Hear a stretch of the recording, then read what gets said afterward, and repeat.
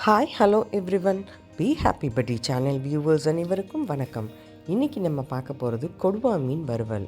அதுக்கு முன்னாடி இந்த கொடுவா மீனில் நிறைய ஒமேகா 3 ஃபேட்டி ஆசிட்ஸும் ஒமேகா 6 ஃபேட்டி ஆசிட்ஸும் நிறைந்திருக்குது. இதனால் இது கொலஸ்ட்ரால் லெவலை ரொம்ப கிராஜுவலாக ரெடியூஸ் பண்ணக்கூடிய ஆற்றல் பெறுறது. இந்த கொடுவா மீனை நம்ம அடிக்கடி உணவில் சேர்த்துக்கிட்டோன்னா நமக்கு உடலுக்கு நல்ல ஆரோக்கியம் கிடைக்கும். அதனால் இந்த கொடுவா மீன் வறுவல் இப்போ எப்படி செய்யலான்னு பார்த்துடலாமா?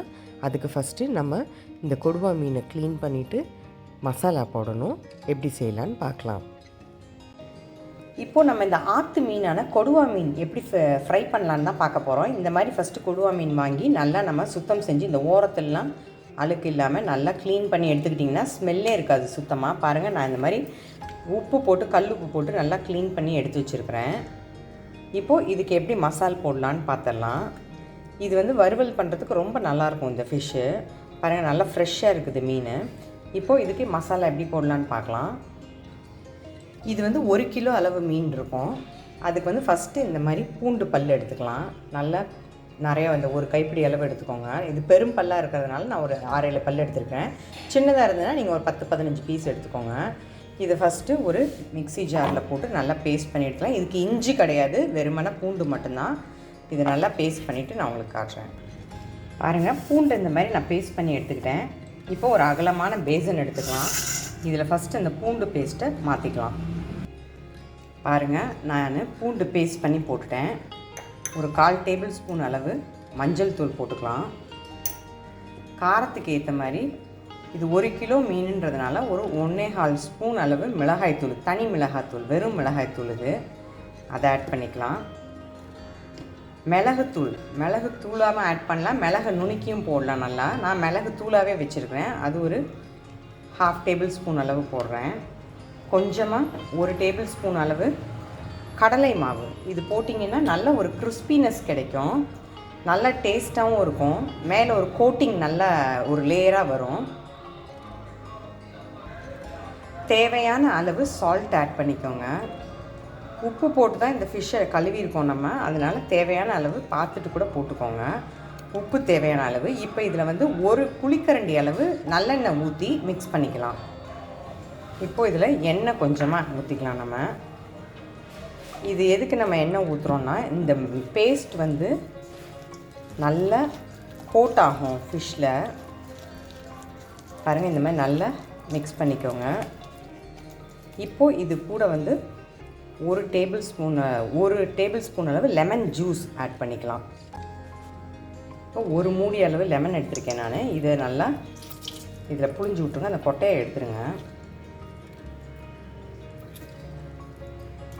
நல்ல புளிப்பு தன்மை இருக்கும், அதே சமயத்தில் நமக்கு டேஸ்ட்டும் நல்லா சுவையாக இருக்கும்.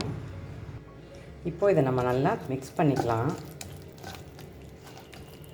பாருங்கள், இந்த மாதிரி கன்சிஸ்டன்சியில் இருக்கணும்.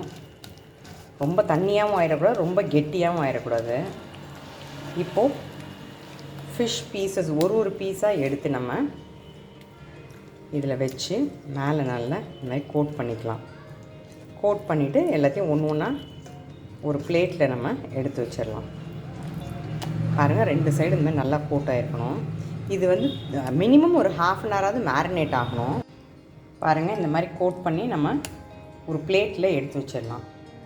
இதே மாதிரி நான் எல்லா ஃபிஷ்ஷும் கோட் பண்ணிவிட்டு உங்களுக்கு காட்டுறேன். பாருங்கள், எல்லா ஃபிஷ்ஷையும் நான் இந்த மாதிரி மசாலா போட்டு கோட் பண்ணி மேரினேட் பண்ணுறதுக்கு ரெடி பண்ணி வச்சிட்டேன். இப்போது இதை நம்ம ஒரு பிளேட் போட்டு மூடி வச்சிடலாம். ஒரு 1/2 அன் ஹவர் நல்லா இது மேரினேட் ஆகட்டும். அதுக்கப்புறம் நம்ம எப்படி ஃப்ரை பண்ணுறதுன்னு பார்க்கலாம். பாருங்கள், மீன் நல்லா ஒரு 1 ஹவரே மேரினேட் ஆகிடுச்சு. இப்போது அடுப்பில் இந்த மாதிரி ஒரு பேன் வச்சுக்கலாம். நம்ம இதில் நல்லா கொஞ்சம் எண்ணெய் ஊற்றிக்கலாம். பாருங்கள், இந்த மாதிரி எண்ணெய் கொஞ்சமாக ஊற்றிக்கிட்டேன் நான். இந்தளவுக்கு ஊற்றிக்கோங்க. இது டீப் ஃப்ரை பண்ணுற மாதிரி கொஞ்சம் நல்லா ஃப்ரை பண்ண போகிறேன் நான். இப்போது பீசஸை எடுத்து இந்த மாதிரி வச்சிடலாம்.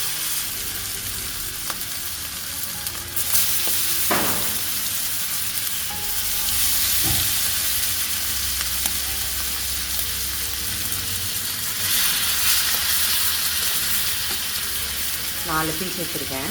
அடுப்பை கொஞ்சம் லைட்டாக சிம்மில் வச்சுக்கோங்க. இது நல்லா ரோஸ்ட் ஆகட்டும். ஒரு 5 மினிட்ஸ் வேகட்டும். அதுக்கப்புறம் நம்ம இதை திருப்பி விடலாம். நல்லா ஒரு 5 மினிட்ஸ் ஆகிடுச்சு. இப்போது இதில் லைட்டாக திருப்பி விட்டுக்கலாம். பாருங்கள், சூப்பராக ரோஸ்ட் ஆகிருக்கு. ஃபஸ்ட் டைம் ஊற்றும் போது மட்டும் இந்த மாதிரி எண்ணெய் கொஞ்சம் சேர்த்து ஊற்றிக்கோங்க. அடுத்தடுத்து இதே எண்ணெயிலே நம்ம வறுக்க போகிறோம். ஸோ அப்படியே நம்ம எண்ணெய் ஊற்றாமலே மேனேஜ் பண்ணிக்கலாம். பாருங்கள், நல்லா ரோஸ்ட் ஆகிருக்கு ஃபிஷ்ஷு. ஒரு 5 மினிட்ஸ் நல்லா வேகட்டும். அப்புறம் நம்ம எடுத்து சர்வ் பண்ணலாம். பாருங்கள், நல்லா வெந்துட்டுருக்கு மீன். லைட்டாக திருப்பி பாருங்கள் வெந்துருச்சான்னு. நல்லா ரோஸ்ட் ஆகிடுச்சு. இப்போ இதை நம்ம எடுத்துடலாம். பாருங்கள், சூப்பர் யம்மியான கொடுவா ஃபிஷ் ஃப்ரை ரெடி ஆகிடுச்சு. இது பார்க்குறதுக்கே ரொம்ப டேஸ்டியாக இருக்குது. நல்லா ரோஸ்ட் ஆகிருக்கு. பாருங்கள், நல்லா வெந்திருக்குது. இந்த ரெசிபியை கண்டிப்பாக நீங்களும் ட்ரை பண்ணி பாருங்கள். உங்களோட வேல்யூபிள் ஃபீட்பேக்கை எனக்கு தாங்க. தேங்க்யூ. தேங்க்ஸ் ஃபார் வாட்சிங்.